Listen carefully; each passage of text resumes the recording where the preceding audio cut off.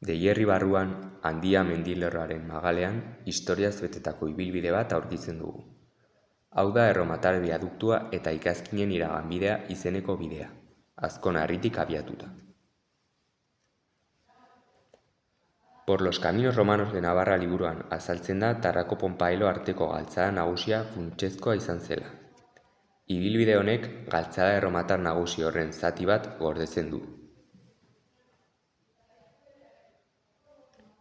Bidearen gune nagusia biaduktu erromatarra bat da, harri landuz egina erromatarren teknikarekin.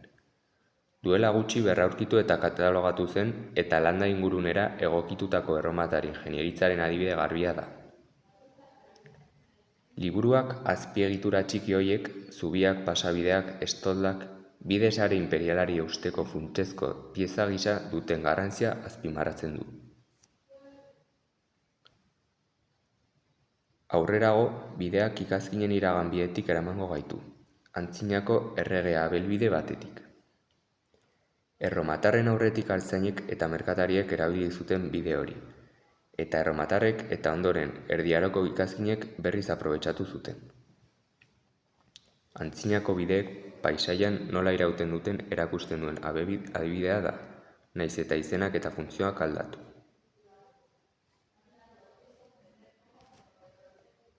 Ibilbideak ehunka urteko artadiak, larre eremuak eta larrain hondarrak zeharkatzen ditu.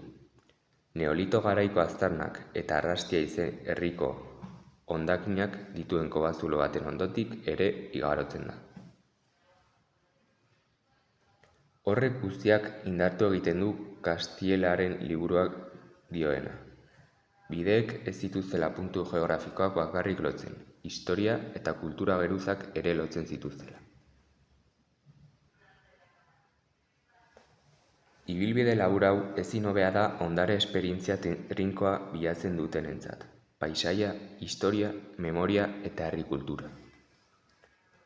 Bidea egitea lurraldea nola moldeatu zen eta arrasto horiek oraindik nola jarraitzen duen ulertzea da.